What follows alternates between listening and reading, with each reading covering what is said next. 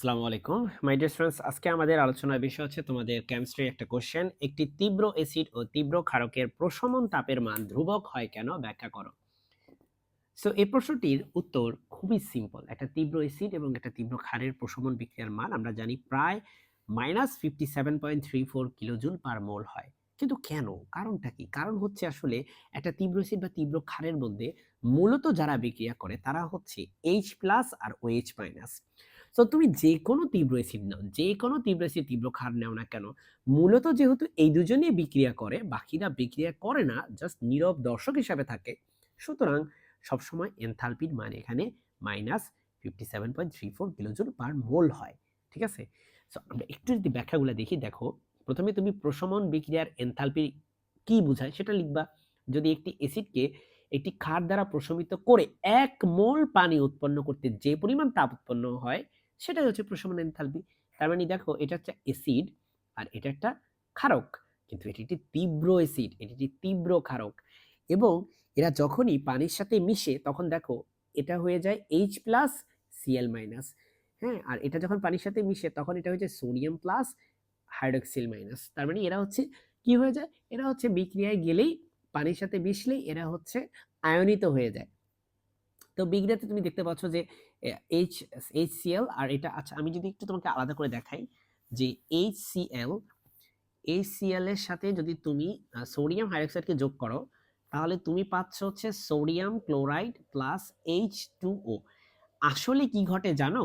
আসলে কি ঘটে, আসলে হচ্ছে এখানকার H+ আর এখানকার হচ্ছে Cl- আর এখানকার সোডিয়াম প্লাস, এখানকার হাইড্রোক্সিল মাইনাস, আর এখানে হচ্ছে সোডিয়াম প্লাস, এখানে হচ্ছে ক্লোরিন মাইনাস, আর এখানে দেখো H+ আর OH-।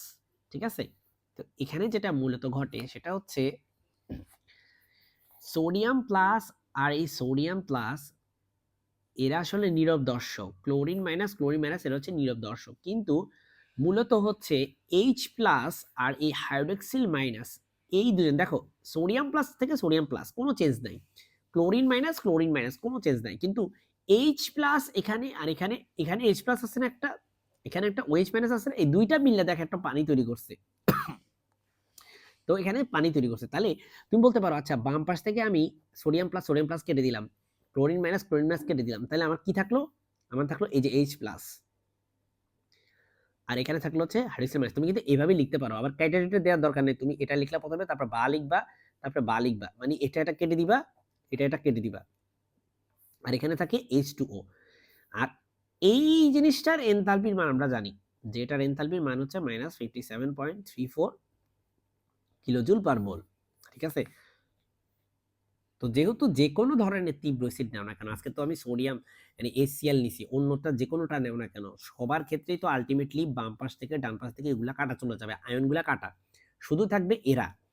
যেহেতু সবসময় H+ আর হাইড্রোক্সিল মাইনাস যোগ করলে পানি হইলে এই বিক্রিয়ার এনথালপিটা ফিক্সড, সেজন্যই আসলে আমরা দেখতে পাই যে এই প্রশমন বিক্রিয়ার ক্ষেত্রে তীব্র অ্যাসিড এবং তীব্র ক্ষারের প্রশমন বিক্রিয়ার ক্ষেত্রে ΔH এর মানটা হচ্ছে ধ্রুবক থাকে। ঠিক আছে?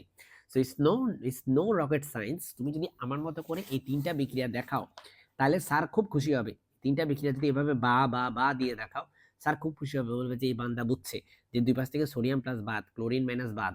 আর যদি ওদের মতো করে লেখো তাহলে স্যার বলবে যে এই বান্দা বুঝছে, কারণ এরাও কিন্তু বাদ দিয়ে দিছে। ঠিক আছে?